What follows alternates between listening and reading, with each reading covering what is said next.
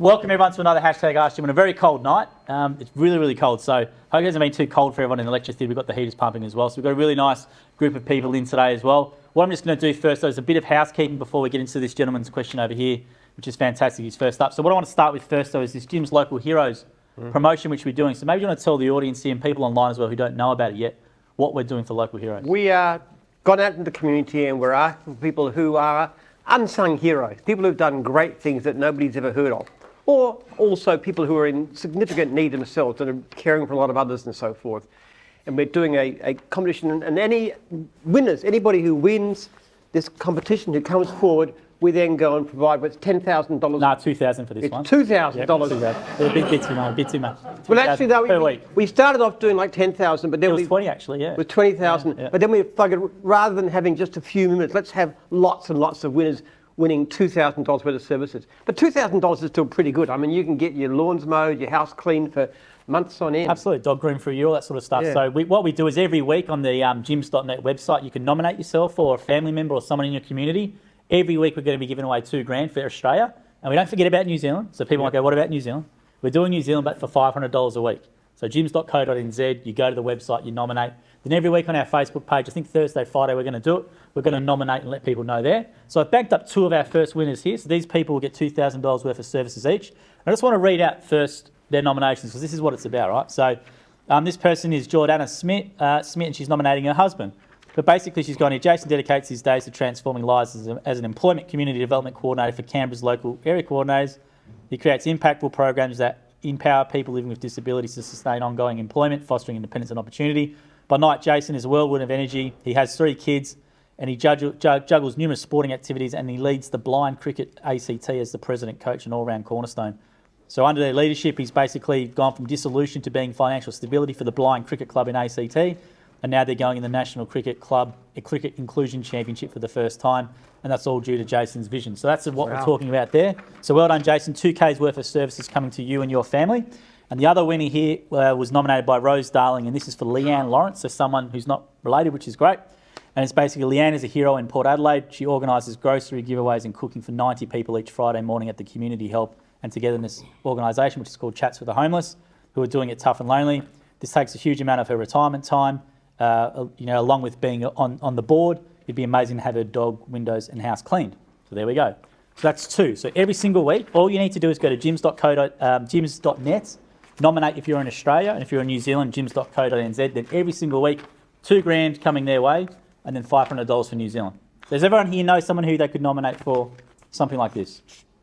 You can nominate yourself if you want as well. We've had people do that. It's fine. And you only need to nominate once, and we do get your nominations as well. So we actually had some people who nominate themselves who do deserve it, but for these ones, we've just gone with someone else. So that's Local Heroes promotion. So well done to these guys. We'll be in touch, and every week we're going to do that gym on our Facebook page. So it's a good initiative from the gyms group that the franchisors and the franchisees allow to happen. It's really amazing to see how many people out there are helping others so selflessly. People who are past retirement age or who have got disabilities themselves, who just give their time and their effort to others. It's just very heartening, it's very moving. Absolutely. So let's go with the first question. So you want to start with the name and your division you're from? Ryan, be South Australia mowing. Good evening, Mr. Dr. Penman, I should say. Absolute pleasure, mate. Hey, so we've got Jim's mowing, we've got Jim's everything, and you live in the coffee snob of the world. Where's Jim's coffee? We actually did have Mobile cafe. Yeah. mobile cafe at one stage, but divisions work basically according to leadership. We'd do it again. This is like a coffee van that also had snacks and stuff. We just had somebody starting it up, they didn't really have what it took. But if you're interested, not you're doing mowing, we'll leave that down. Don't want to take away from coffee and mowing. But if anybody's interested in starting up a new division, we have a great system these days. It only costs about $25,000 to get in. And that's the first 6 months fees in advance. It's a rental. So if somebody starts a new division, they basically rent the rights, and their task is to get 30 franchises within 3 years, at which stage we give them the business. And that's already going. We've got about, how many people? IT did it, bathrooms do it. Yeah. Remedial. We've got a whole stack of divisions actually started off by somebody, could be somebody, often they're franchisees from gyms or franchisors, sometimes they're outsiders who just come along and start a new division. So Jim's Coffee, ready to go, we just need the right person. And one other one, just with your biohistory, spent been part of the last 20 years in laboratories doing research and testing wow. and analysis and that. So very different, licking rocks and stuff for a living. So a little bit different, but man of science. So with your biohistory, how recent are you going in history to compare, like now that we can travel around the world so quickly and get food around the other side of the world to try and prevent, shortage of food impacting us as a society? Well, it's very relevant to the current day. If you look at something like the Trump phenomenon in America and all the disruption that's caused, you can understand that in terms of biohistory patterns, or understand why, for example, so much of our society is in decline, why we're losing community, why the birth rate's fallen so low, all those kind of things. They're all to do with patterns of behaviour. And biohistory also gives predictions about the future. And I have to say they're not particularly healthy in terms of the future of our society. But if we understood the science, the epigenetics behind it, we could reverse it. We could help people to live much better lives. Beautiful. Science is the key. And most of the profits from Jim's group, in fact, at least 80% of the profits actually go to this research foundation. We only live off a very small minority of it. That's unreal. Good on you. Thank you very much. Thank you very much for asking that one as well. Guys, come up. Who's next up to ask Jim a question? Come on, Phil, I still see you lurking there. You want to ask something? Something's on your mind. Next one. Hello, King Jim, from the Jim's Land. My question is, you have a picture on the shirt. I was wondering, why did you shave your beard? This one here? No, that one, the green one. Oh, the actual logo. Yep. Yeah. Yeah, that's right. Okay, nothing complicated. You're a man, you'll understand when I say this. I was young, my fiance liked beards. I grew a beard. Okay. Later on, I found myself single, not to my own choice. My beard was going grey. When you're single, you do not want to look any older than you are, so I shaved it off. All we do, men, is to impress you women. Is that right? That's Pure vanity. fair enough.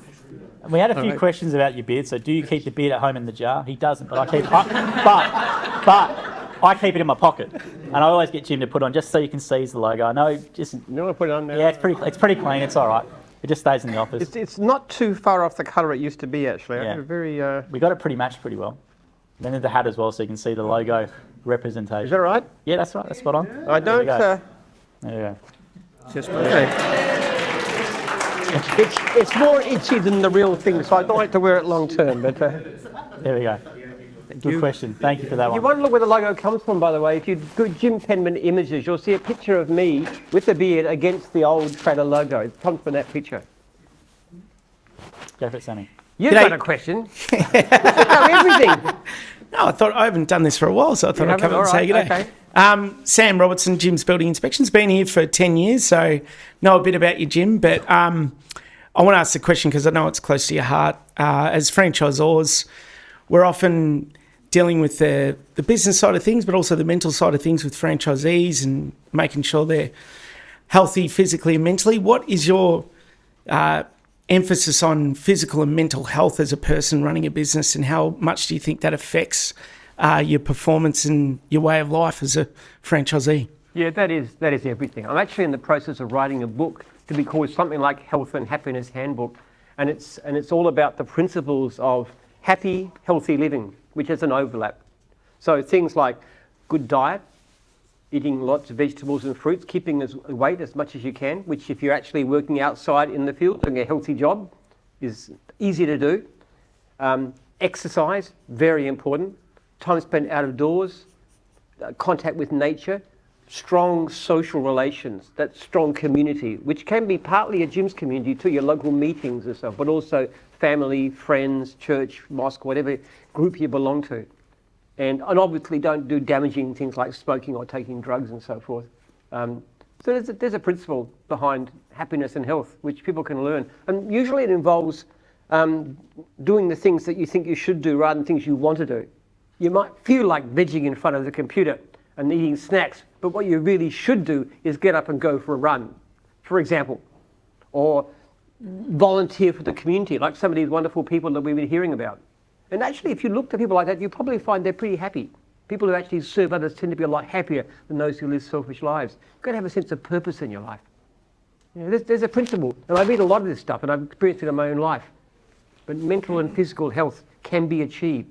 You just got to know how to do it. The one thing we have found is that endless search for more money is a very poor way to achieve happiness, particularly if you spend it on things like having a fancier car or a bigger house. Those kinds of things which are status goods really don't bring more than a brief surge of satisfaction, and then it just dies away. But if you invest in other people, if you spend time with people, if you do things for other people, that's a way of creating a lot more lasting happiness. Well said. That's a good question. No worries. Put that one down. Yes. So Sam would have just about everything anyway, wouldn't you? True. Good question. Thanks for that, Sam. If you've got a question, guys, feel free to come up to the microphone and ask Jim and interrupt. Mind you, Sam pretty much knows all that, don't you? Yes. But it's a good question too. I appreciate it.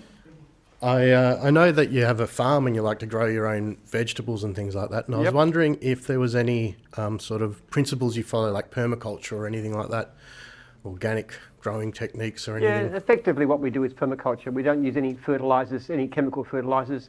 We use manure and stuff like that, and weeds, recycling, and just digging. We've got about 250 acres. We're planting to it like a food forest, trees of nuts and fruit and all kinds of things like that, and veggie patches. Yeah. I'm doing the same thing on my 100 acres. Good on you. Yeah. That's good. We need more of this. A lot of farming is very destructive to the soil.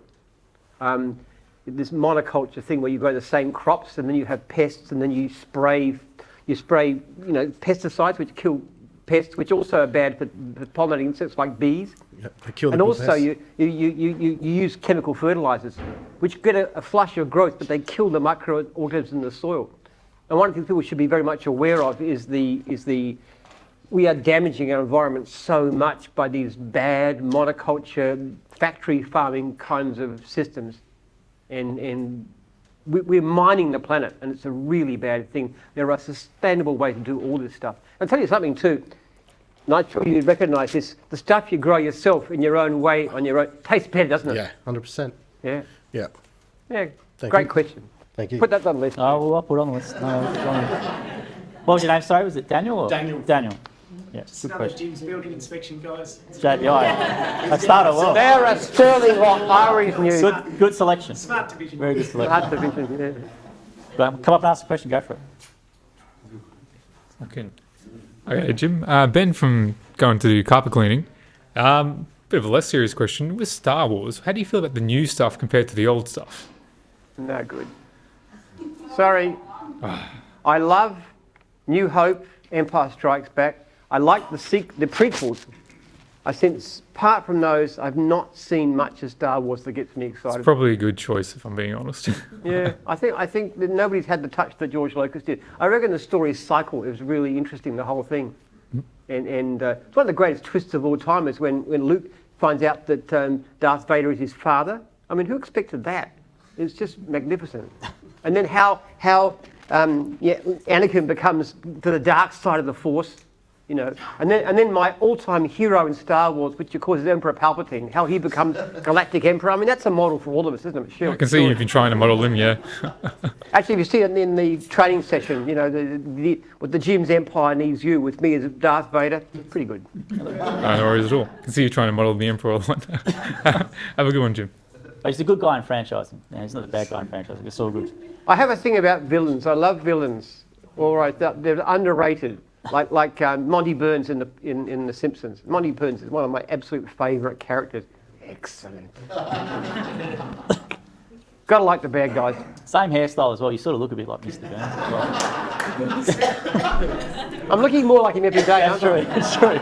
As the hair recedes and the age comes It's on. funny, we did a video clip with you all excellent and side by side. We had a few comments about the similarity. But until you think, if you put this thing up like this, and I look a bit like Palpatine. You do as well. I mean, honestly. You can start doing the old lasers out of the hands and stuff. Ah. Yeah, exactly. Go for it. Hi, I'm Frankie from mowing. Just wondering, like you started off in mowing, do you still mow your own lawn or? I do it up at the farm actually. Yeah? I've got it around the house. You know what kind of mower I use? Do you want to guess? Push. Mechanical mower that pushes, that drives on its own way. No power, only human power. It's really quite fun. Yeah. So you still do it. Which is ironic, isn't it? Yeah. I'm responsible for more power mowers than anyone else in the country, and I personally use a old-style push mower. The same one I used to mow our lawns with when I was a kid. It was one of my jobs as a kid, was mowing the family lawns with this push mower that always gets stuck in the branches and leaves, and it's always jabbing up. But it's good. That's Good nice. exercise. You can give it that a go as a mowing Thank you. franchisee, the old push mower. You could be the first one to try it. Yeah, done. First one off of the service. I don't think it'd be very commercial, actually. Very tough, a lot of pushing. Guys, got a question, please feel free to come up to the mic and ask Jim. Go for it, just interrupt us. Hi, Jim. I'm Natika from Laundry Services, starting the new one Yes. with my husband, Rohit. So I've got a bit of an imaginative one. So if this world was coming to an end and you had the last 24 hours, what would you be doing in your last 24 hours? Getting my family to the deepest hole possible. Because frankly, I would not give up, no matter what the situation. You say you know the world's coming to an end, and I'm a big fan of apocalypse stories and this kind of thing. Yeah. I will never give up. I would never say die. I would get my family to the safest, deepest hole possible to survive anything. Anybody see that Netflix film Greenland? No. You ever see that one? It's good. It's a good one. You've got to watch it. And there's this huge, massive solar flare which is going to kill 99.99% of humanity, and these people are just desperately trying to get to this refuge in Greenland to survive. It's underground refuge, and that's how I think about it. I would think about how to survive and how my family could survive, and those close to me. And let's face it, there could be problems coming in the world ahead. Yeah. I don't think the world is quite as safe and secure as people think. I think people should learn to do things like grow their own food and be prepared and have food storage and those kind of things, because things could get much worse and you've got to protect your family. Family But is nothing else everything. matters. In the Totally. end, Yep. money doesn't matter, does it? Family matters. Great. Very good question. Thank We haven't you. had that one Thank before, you. Jim. Very I original. love it. I love it. Very practical answer as well from you. Put it. Yeah, put it. I've got it down. I've got it. Don't worry. I've got it down. That's a good question. Right. If you've got a question, guys, feel free to come up and ask Jim here as well. Just interrupt us and go for it. Hello, my name is Kelly Choi. I'm from Brisbane. Okay, I have a few questions, right? So I don't know your age, but when? 72. Oh, we should have played the guessing game. That's all right. No. When or what age you wanna retire your job? Okay, well, if you go on the internet, you put in all your details. There's Skype. They ask you for your weight, your current age, your health, exercise, diet, smoking. Are you still working? There's a whole lot of questions you can ask, and each of them determine how long you're likely to live. Well, I have about the maximum possible life and health span you could possibly have based on everything. I'm probably going to live to something like my early to mid 90s, and when I'm dead, I'll retire. Okay. Probably. Yeah. Probably. In actual fact, this guy here is going to make a AI Jim with an holiday. AI gym. There'll be heaps of him. So because by that time there'll be so much of me online that you won't even need to have a real gym to Exactly answer all right. these questions. Exactly right. We can just feed you all the video content we do and all your emails. So he intends to immortalise me digitally. Okay. But mind you, let me tell you something. If medical science comes up with ways to extend lifespan, I'll be first in the queue. Okay. It is if you are bankrupt. Your company is broke, like a bankrupt. Then how? Very first thing, what you wanna do? Well, I'd start arguing with whoever made me bankrupt. I'm not going to take it lying down. What's going on? Yes. All right, who's going to get me out of this? Who can I talk to? You never. You got to keep on fighting. It's like the apocalypse question. Yeah. You don't accept anything. I don't care what anybody says.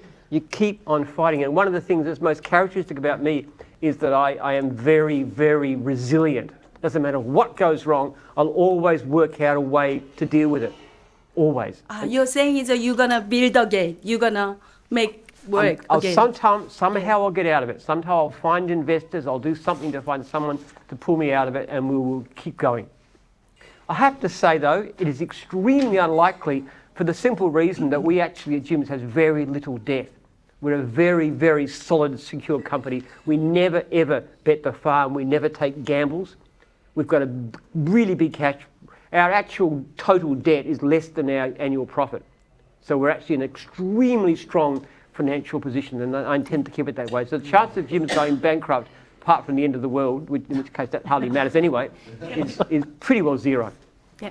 Very good question, original one. We've never had that one either. I like Yeah. it too. You can put that one down. I wrote down bankrupt underscore. Yeah, bankrupt. this is my last question. No, it's So a very- my one is a good question. Very good one. Very good one. It's original. We've never had it before. We've No, done it's this a good. I lot. like questions nobody's ever asked. It's a very tricky one too. Jump up. Go for it. Hello, Jim. My name's Bill. Jim, you were mentioning permaculture before. Have you ever thought of Jim's permaculture? If so, why hasn't it up and running? Is it just a little bit hard to convey that to the masses, that permaculture is a good option to have even in a small suburban backyard? Okay, your problem is going to be with that you've got territory rights, and permaculture would overlap too much with mowing, because mowing people have the right to gardening and we can't breach contract. Now, I would love to see a permaculture movement within the mowing division. I'd be very happy if people start digging up their lawns. I mean, honestly, that's from Jim's mowing, that's pretty strange. But I would reckon if our guys can go out, instead of manicuring lawns, they can actually dig them up and plant organic vegetables and help people to grow their own food. That would, to me, would be a much better option. I mean, lawns aren't particularly environmentally great, especially when you spray, fertilizers and stuff on them. They're not fantastic. I'd much rather people had a lot more food growing, or even just flowers and native shrubs and this kind of thing too. Yeah. So I'd love to do it actually, but you've got to have franchisees who want to do it. At the moment, we don't really have anybody who's into that kind of stuff. If we did, we promote it. We would promote it. Yeah. Very good question. Good question. Very good I question. kind of am, but I just didn't know how to breach the subject. That's all. So you're not, what division are you? Mowing. You're mowing. Mowing. Yeah, but I am we have a veggie garden at home, and I've done other things for people to not completely sustainable, but I like the native grasses rather than a manufactured lawn. Having said that, I do have a manufactured lawn, a manicured lawn at home, but I know exactly what you mean about having native wildflowers on a footpath and things. But the like challenge for you is to do that for your clients. And if you do, we'll support you actually. In fact, we'd love to do it. And Joel will do a video of what you're doing, and he'll showcase your talents, and we'll promote that around and present it. You could be Jim's Permaculture, but as part of the mowing division. Actually, perhaps what I could do is a reel of my verge at the moment, which is a manicured lawn, and some months later I plant it and it becomes a little wild, and then come spring, summer, it'll be about this tall with pink and yellow flowers and things all that like sort of How stuff. would that look as a reel? Absolutely. Yeah. All that sort So of that's stuff. why not? that sort of thing. No, we'd love you to do it actually. Look, I don't know if you realise this, but sometimes people see things like trailers driving around with Jim's landscaping or Jim's gutter clearing. They're all mowing franchisees. It's just a different brand. Or you can see Jim's lawn mowing and garden care. Yes. So they're alternative brands, but they all legally belong to the mowing division. Now, if you wanted to be Jim's Permaculture, you can actually have uniforms, you can have stationery, you can have your trailer signed with it, and you can do that and specialise, so do nothing else, and you can train others to do it. Would I have enough work? Well, the point of it is, if you do it, and if you do some demonstrations, we will support you and we will promote it out there, and there'll be definitely some interest. And then instead of mowing a lawn for like $80 or whatever, you might be able to go in and do a job for $4,000. There are some franchisees who just do nothing but landscaping. You could be the permaculture guy, and that could be a spread. I'd love you to do it, really, seriously. Keep in touch with me. Let me know what you're doing. Thank you. Do the pictures. Whereabouts do you live? I'm in Burwood, actually. In Burwood, so it's very close. You could use your place as a demonstration, and we could send a team down to Cameron to show what you're doing. You can talk about it and talk about the principles. My front yard's very interesting in itself. I've got cascading, it's like the sort of hanging gardens of Babylon, things like that. But we've got fruits and veggies and grasses and a whole fruit section with 11 fruit trees, because we're the first of 3 townhouses. Yes. And I've organised myself and the Chinese chap at the back. We are co-tendering that sort of orchard. Excellent. Really, and really it's good. got north-facing light because it's on the southern side because it's east-west, and it's probably worth having a look. Look, you keep in touch with me. Okay, I will Do it as a demonstration unit. Come to me. We'll do a video of what you're doing, and we'll promote it. We'll even do things like Google searches and so forth to get you on. We'll do Facebook. We'll do all kinds of things to support you. We'd love to do it. We really would. My son especially is into it more than myself. So yeah. Your son can do it as well. I mean, your business can be as big as you like. Yeah. Sure. You could have a team working on it. You could have multiple teams. Sure. You could be Jim's Permaculture. Yeah. Why not? There we go, new division on air. And I can, you're working on something as well, I think, as we're... So, you've just finished? Actually, I will. So we're going to interrupt this, Jim. So he's actually a man of many talents, this gentleman. Is it William or Bill? What do you prefer? Bill. Bill, all right. So Bill's an illustrator as well. I asked him to do a picture of you whilst you're up here, so let's pull that on here. Oh, right, that's what it looks like. Show that to the camera. Nice little sketch there as well. Can you zoom in? We're going to zoom in that, yeah. All right. Show it to that one there. That one there, okay. And there's another one with you sitting down. I think it's the Two. other page. Gee whiz, two. Well, that's me again. That's a There good you one as are. well. All right, there. That camera? Yeah. Okay. You said they want to be sitting down. Oh, that's it. That was the one That's there. it. Yes, You did Well, that in what, 10 minutes, keep 20 those, minutes? keep those. Very talented. Oh, we'll Thank you. rip him out and I'll put him into the office and we'll have him on the wall there. That's really good, Bill. Thank you very much for that as well. We'll get Jim to even sign it maybe or something like that. No, you should sign it. You're the author. You're the Oh, I artist. signed it already. You already have signed. You already have. Could be worth something. There we have. I think that's Man of many talents. I was a commercial illustrator before this. No, I'm no, on top of everything. I should remember that. Yeah. Jim's permaculture and graphic design. How does that sound? Sorry? Jim's permaculture and graphic design. Yes. Yeah. Well done. That's fantastic, Bill. Cool. Next question. Anyone got a question, guys? Just come up to the microphone. Waiting there. Go for it. That's also a brilliant question. Oh, it is. We've got too many. We've got a lot actually tonight. Hi, Jim. I'm Tom. I'm from Cairns.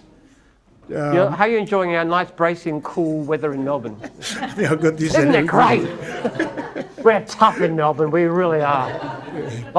Plenty of hair on our chests, except for the women, of course. Yeah, my question is, since that you've expanded and you've really grown, just curiosity, who's the next Jim if you're not around? Well, have you got that all sorted out, or you got somebody as I was- lined up, or? As I was explaining to some people at dinner tonight, the Jim's group has a family trust, controlled by a family trust. It has three beneficiaries. One is my research foundation, which is most of it, and another is my children. So actually two beneficiaries, if you look at it that way. The plan is we're setting up a family trust deed, so in my absence or incapacity, there's going to be a board of directors which will include most likely 4 of my children, 2 of people representing Jim's group, franchisees, franchisors, staff, and 1 representing the research foundation. And they as a group will work together to appoint the management of the company. So that's basically the idea. We also plan to put a clause in the contract that says that the majority control of Jim's group cannot be sold to anybody without the written consent of a majority of franchisees. Because the thing that I fear the most is that somebody will buy this company and they will rip it off blind, as people like Retail Food Group have done. That is my worst nightmare, because they could do terrible, terrible damage. Make a lot of money in the short term. They could double, maybe treble your profits, but destroy so many lives. And that's the thing that I fear the most. Yeah, that's what I know. a few of us have been talking about that, so that's why this question my came up. children are actually, I think, pretty decent bunch, and some of them especially, I think, could move into management roles. But also, there's no particular benefit to them, because apart from a bit of help with family and houses and children and stuff, they don't get the money. It's not like it's going to be trust funds for them. So they've got no huge interest in seeing a massive profit, because they don't get any benefit from it. So I hope that that will put in a situation where the next generation will allow it to continue to flourish and look after franchisees. Thank you. Very good question. Good question. Got a question, guys? Feel free to come up to the microphone and ask Jim.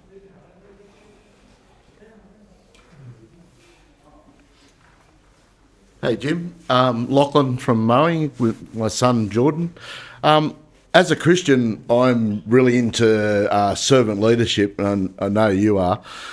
So much so that I talked about it at an interview once, and they really didn't have much of a clue about what I was talking about. So I guess what my question to you is, how do you articulate servant leadership in a non-Christian way, if that makes sense, or to people that aren't necessarily Christian? Well, most people in gyms aren't.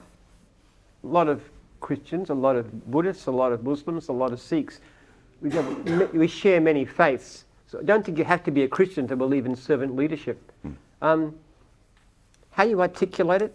Look, it's an emotional thing more than anything else. It's what you care about, what you want out of life. If your whole aim in life is to serve yourself and to become wealthy and powerful, well, you're not really hitting the goal, are you? Yeah. But if you're the kind of person that deeply cares about the people that you work for, that you serve, which is us supporting everybody, and the franchisors supporting the franchisees, and the franchisees helping and supporting each other. If you have that sort of culture, and you express it as much as anything by example, that when you've got a franchisor who cares about franchisees, you tend to find that flows through. The franchisees care about each other, and the established people will help the new ones and support and mentor them. And I think Jim's has a very powerful culture that way. Yeah. We had a guy, and I've said this often, but there's a guy called Brian Duckett who came to one of our national conferences in Queensland, which was franchisors only at that stage.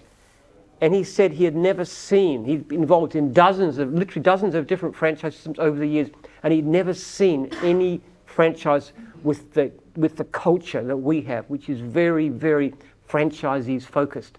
And you hear that all the time. Yeah. You know, during the lockdown, as an example, Greenacres in New Zealand did the scummiest thing imaginable. Their franchisees were forbidden by law to work, and Greenacres was still charging them fees. Now, in Australia, if anybody suggested that should happen, they will be put into a loony bin because everybody would know it. Nobody suggested such a thing. But not only that, but my franchisors actually would make excuses to their friends. They say, oh, well, it's difficult to work because of this and this restriction, therefore I shouldn't charge them fees. And I said, well, they still can work. So in a sense, they were being more warm-hearted than I was. Yeah. And you often find that. You often find franchisors in gyms that are very, very pushing from a franchisee point of view. It's a cultural thing. It really is. People come to induction training and they learn a certain way of thinking about the world, and they tend to pick it up. It's really striking. People often ask me, they say, are you proud of having more than 5,000 franchisees? And I say, well, what makes me much more proud than that is every time I hear a story about a franchisor who looks after a franchisee, goes above and beyond. Yeah. Every time I hear such things, that makes me proud. Yeah. Well, thanks for your example. Thanks. Very good question. We appreciate that. The book is also very good, actually, the one that you've been given. And there's a new version coming out to be called No Other Success, which is short for the statement No Other Success Can Compensate for Failure in the Home, which actually is a lot more about successful franchisees and the kind of people they are and how much their family means to them and why they're doing things to support their family. So it's getting away from simply monetary success to real success, which is success as an individual, as a servant of the community, as a father, as a mother. That's the real success. Really good question. If you've got a question, guys, feel free to come up. Got plenty of time. Just jump up anytime. Cool. Thank you very much. Hello, Jim. I'm Eddie from Brisbane for bookkeeping. I just have one question. What plans do you have for adding any more divisions in the coming years, apart from the 54 that we already have? I don't really have a plan as such, you know. Most divisions come to us because somebody steps up and says, I want to do it. There may be people in this room today who actually come to me. Somebody comes to me down the track a bit, maybe 6 months, a year, 2 years, and says, I really think this should work. Maybe something we've never even heard of or never even thought of. But then I look at that person and I ask the questions. First of all, I'm going to say, what's your customer service rating? Secondly, how much money are you making? I'd like to see you making at least $200,000 a year. I'd like to see you successful, in other words. And if I see that, by all means, start a new division. It's not very expensive. To start a new division costs really no more than buying a franchise, in fact, less than some. So it's not difficult. The hardest thing is not the ideas, it's finding the right person. We have a lot of things in mind. The only division we really love to start is Jim's vending machines. We really want to do that because it's such a great business and it's very good.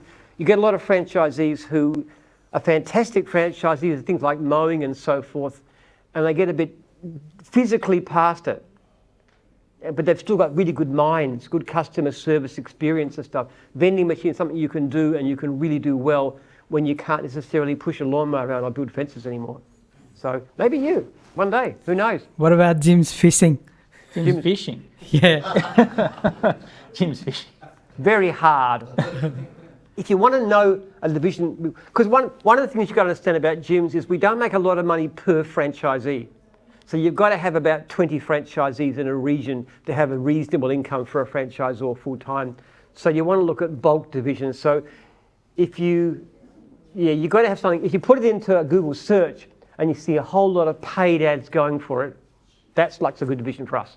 We want divisions which got potential for mass. Ideally, we'd like every division to have at least 100 franchisees. Okay, thank you.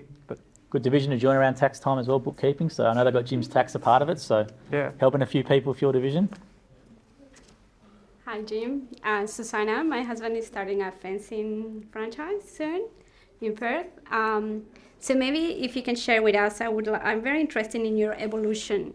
How was Jim when you were 20, maybe 30, 50s, in your 70s? Share a little bit of... How have you changed for the years, yeah? I changed a lot. Well, at the age of 20, I was a militant atheist, okay? I used to argue with Christians. And at the end of 28, I became one, and I switched sides completely. So that was a huge difference.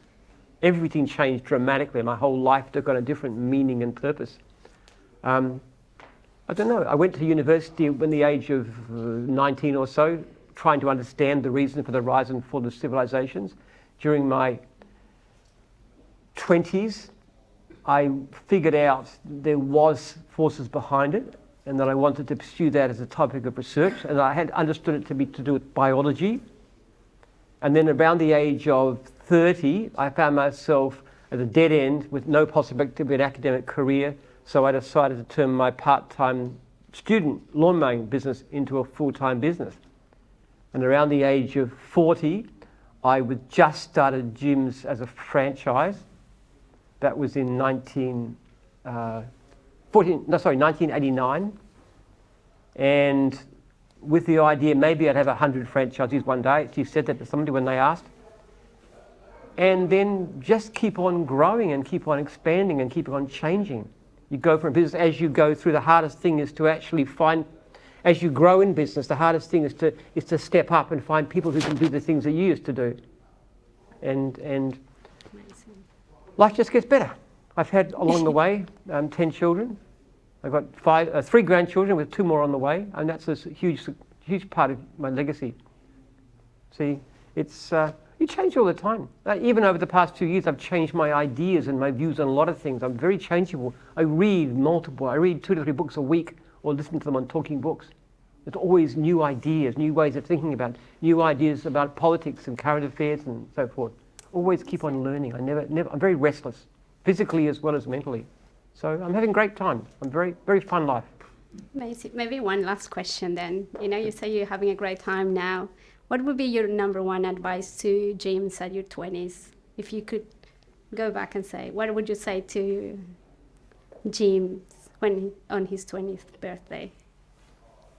Well, I would love to teach my 20-year-old self what I call biohistory, which is this stuff here, which is my ideas and what would make them. And I spend a lot of time struggling around. I would try and convey that. And I think my younger self would have been very interested in it. That would be the biggest thing. And I'd also say, for heaven's sake, you idiot, go to church. I mean, just that's where the best life is. Nice. Thank you. Thanks for those questions. Good, very good question. I love that question too. Write it down. Write it down. Write it down. I've got too many tonight, but they're such good questions. How can I say no? Yeah. Right, I've got a quick question. I'm Jeff Thompson. I'm from Bendigo. It's actually a question on behalf of an old mate of mine. I've been friends with him for 40 years, and we were out having a bite of lunch a couple of weeks ago. And I said to him, we were just chatting about life and stuff, and I said to him, I'm buying a Jim's Mowing franchise. He goes, hey, really? He goes, any chance you're going to meet Jim? I said, well, I don't know, maybe. So now that I have had a chance to meet you... You're very disappointed. He's got a question for you. He said to me, ask Jim, back in the early to mid-90s in Melbourne, he used to play diplomacy with a bloke who had a beard and a mowing business. And he's curious now that Jim's is such a big organisation, whether it's that same Jim or not. Yeah, I had a beard in those days, yes. Yeah. I believe it's a board game. And I used to love diplomacy. Yeah. Don't get in contact with me. Give me an email, jim@jims.net. I will, yeah. For sure. Because it'll scratch an itch for him because he's seen how big your business has grown over the years, and he's always been curious. He's always wondered Oh, whether well, that tell was you what, he wants whether to that was catch the up. same Jim that he. If he wants to catch up and play diplomacy again, I'd love to. Anybody who loves diplomacy or apocalypse or any of those war games, get in contact with me. All right. We'll have some games. I'll give him your email address. You know what? One thing I should say, that when I was in my late teens, do you know what I really wanted to be? My actual goal in life? I wanted to be a science fiction writer. Yeah, okay. And I wrote these stories, a whole series of stories about a Victoria future after the nuclear war. And there was this League of City-States, and the chief city-state was Bendigo. So Yeah, that's there you a go. little resident. There you go. Go Bendigo. It is one ambition that I have never fulfilled. Yeah, there you go. All right. I'll let him know.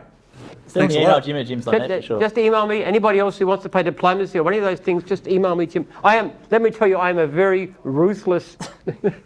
So's he, so you'll get along well together. I'm sure it'll be a great reunion. Love negotiating and stabbing people and so forth. That is Yeah. fun. That is really good. If you've never played diplomacy, it's a great game. All right, no worries. There you go, Jeff. Good one. you.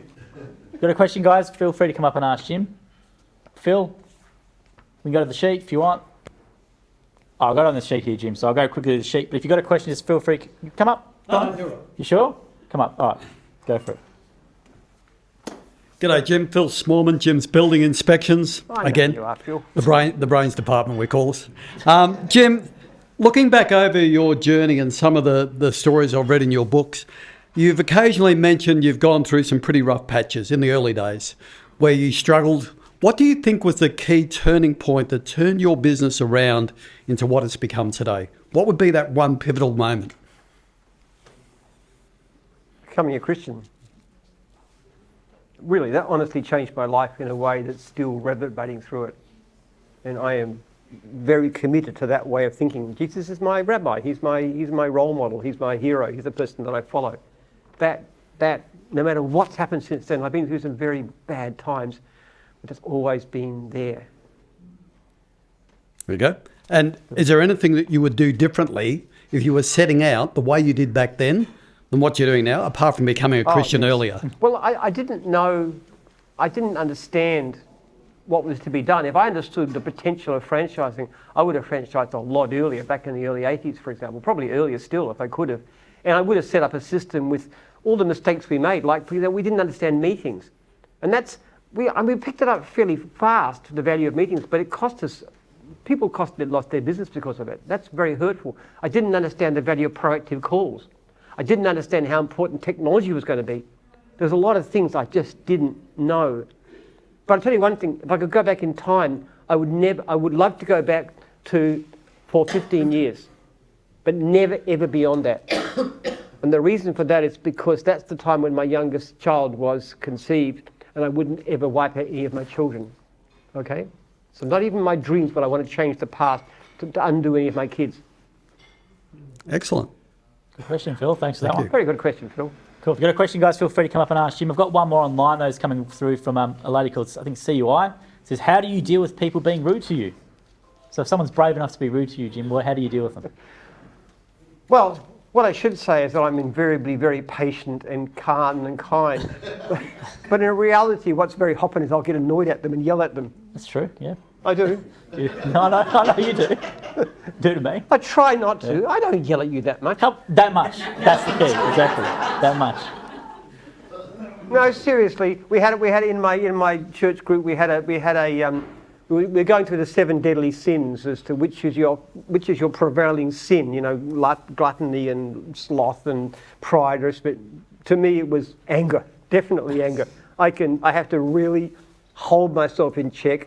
If I've got an email that comes through, it's one of the like emails, I have to think, what am I achieving by sending this email back apart from hitting back at somebody?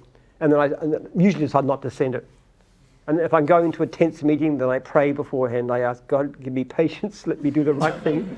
Honestly, it's a struggle. It always is. But it's a good question. Yeah, good question. Hi, Jim. My name is Joe. I'm from the laundry division. Hi, Joe. Just wondering, how were you as a dad when your kids are still like little? Were you a strict dad or a cool dad? Yeah. Well, it depends what you say. I remember the one occasion when I was one of my daughters had a birthday party, and I was chasing them around the front lawn, pretending to be a monster, rah, like that. You know what you do with kids? That's typical me. I still do it. You still But one of them happened to mention, later to one of her schoolmates, she said that she was mentioning what we call the 9 to 3 rule, that they couldn't have any electronic gadgets between 11 o'clock and 3 p.m. And they just looked at her aghast, and they said, "But I thought your dad was nice." So I love my kids a lot. I play with them. I spend a lot of time with them. I still drive my son to school and pick him up every day. But there's always limits. I want them to behave, to grow into good people. I expect them to do as they're told, and they tend to. But it doesn't usually use physical violence. It's just a case of, you just look at them. And they know quite well you can't get around Dad. So there are certain kinds of principles. Now, for example, with my younger kids, we had a policy. If they said a bad word, they would have their lips were brushed with this stuff, yucky mouth stuff, which you use to try and control fingernail biting, which is one of my sins. Okay, so I used it for that. It doesn't work for that, but it does work for kids. So if any kid was to say a bad word, you would paint their lips with this, and they actually extended it. They actually voted on which was a bad word. So because cut and overweight, they actually used the word fat or anything like that. So they'd actually add words, and that was all part of it. You weren't allowed to say these kind of things. And one time, one of my teenage sons got very annoyed at me, and he'd said a bad word, and I brought out the bottle with the yucky mouth stuff, and he said, "Dad, 10 years ago when you were arguing with Mum, you said this word, which is the BL word, okay?" So I said, and I did him too. So yes, I love my kids to pieces. But there are limits. But there's always very strict limits. We also, I tell you something too, and this is part of this book I want to write too. I think people make a mistake, they don't give their kids enough freedom. So we would require certain standards of behaviour, that they behave, and certainly do what they were told, but we get them a lot of independence. They could just go out and they could do things they wanted to, and they could rush off into the bush and build things, and they can go, but we give them far more freedom than most parents do. So strict in terms of behaviour and principles, but very open in terms of letting them discover things and make mistakes. And that's actually good for children. You don't want to protect them too much. They've got to learn to... Helicopter parent. You've got to learn to push them a bit. Like when my youngest son, when he was young, he was very scared. We were at a restaurant, one of these places, and a very cheap place. Anyway, but which we liked it was a buffet. And he wanted water. And I said, "You can go to the bar and ask for it." He said, "No, I can't do that." And I said, "Well, you're going to get thirsty, aren't you?" So after about 5 minutes, he plucked up the courage to go and ask. He really didn't want to. He kept on pleading me to do it. But as soon as he'd done it, he learned that, you see. And the same thing in public transport. When he was quite young, he didn't want to go on public transport by himself. And I sort of said, "You need to, otherwise you're not going to go there. I'm not going to drive you. You can get public transport." "Oh, well, Daddy, you could." No, you can. So I take him to the station, sit him down, say, "There's the thing. Use it. Use the machine." So he did it. Now he goes everywhere by public transport. So you've got to love your kids.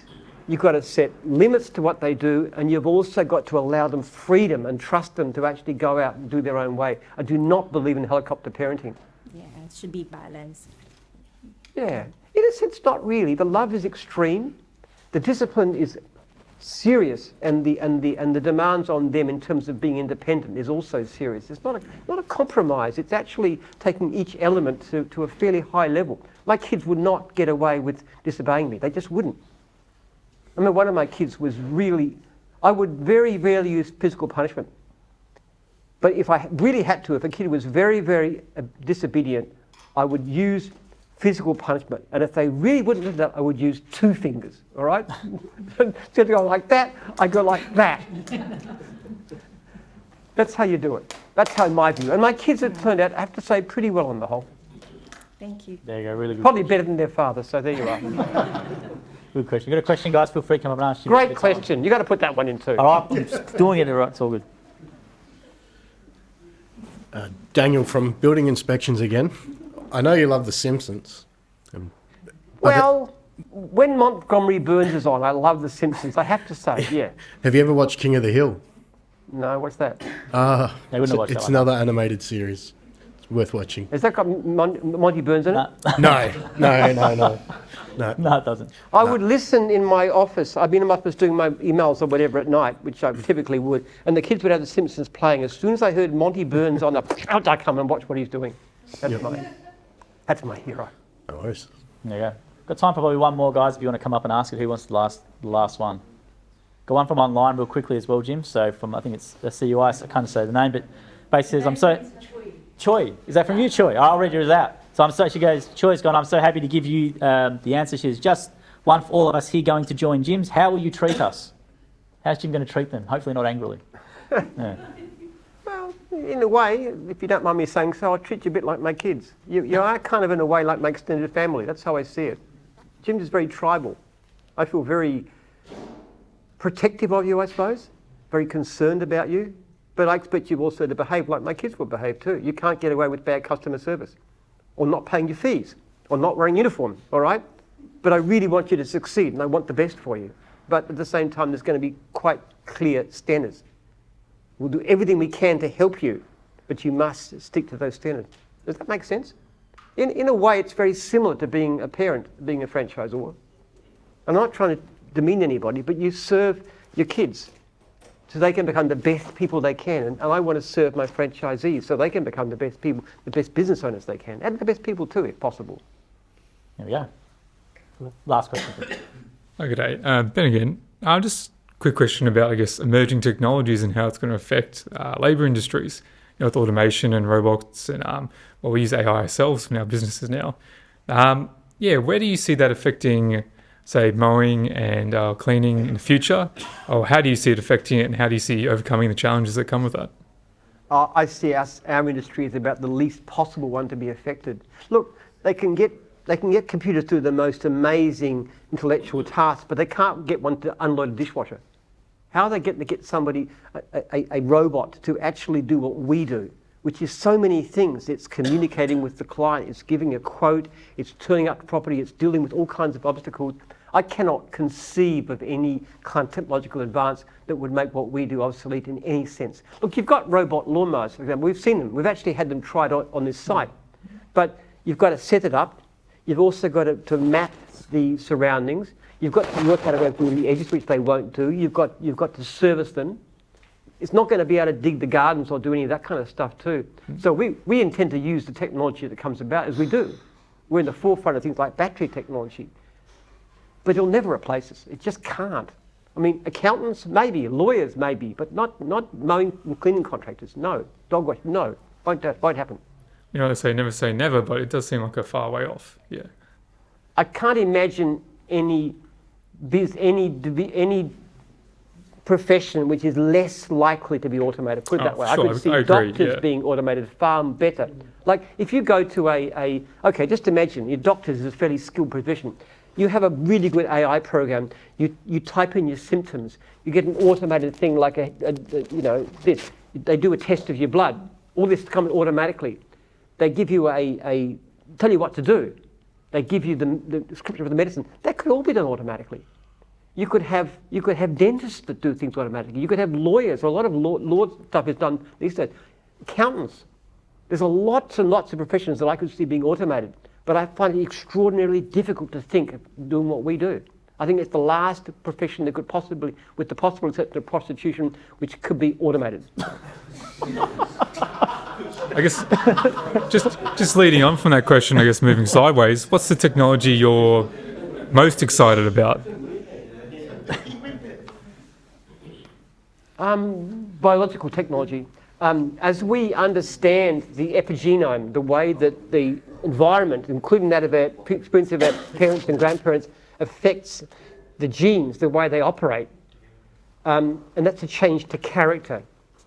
If we could understand that technology, what you could then do is go to somebody, for example, who had a horrific childhood, which does scar you for life, and do something to completely change that. We just look at where the epigenetic changes take place and we reverse them. Now, this kind of stuff is getting closer and closer. There are actually, if you've heard of CRISPR, which is a way of zeroing in on genes and actually making specified changes, specified places, you can actually change the genes, but you can also change the epigenome, and they're looking to that. Now, my research here tells me within a year, we're going to be able to do targeted CRISPR. Once you can do targeted CRISPR changes, you could change personality in dramatic ways. You could go to somebody, for example, who was a completely demoralized, depressed drug addict, and you could, with their consent, you could change their character in a way they would come out of it with incredible vigor, verve for life, positivity, long-term thinking, great family member, all the negatives gone. You could do amazing things like that. This is fairly close. This is coming. And the kind of research that I'm funding right now, and this is basically where most of Jim's group profit is going, is in exactly that kind of area. We could do amazing. That excites me far more. The technology of improving human health and well-being is the best technology there is. And it's an exciting world we live in. That's very interesting to hear. Cheers. Good way to end it. Great question. Wasn't Put that one down. I have, because I got a good answer I never expected to hear you say, so that's all good. Absolutely. So, what we're going to do, guys, is anyone who asks me a question gets to pick up the prize, but we normally give it to the first two. Now, I wrote down a few. You pointed at a few people, so I'm going to read them out. Oh, they're all good. Come on. Yeah, I know. So we have the first question we asked about biohistory, which I think is good. I always like rewarding the first question. But you have Daniel from JBI who asked one. The last 24 hours, what would you do from laundry? You had the bankrupt question, which we've never had before. We had the permaculture question from Bill, who gave you the nice artwork. There was your question about your church as well, with servant leadership.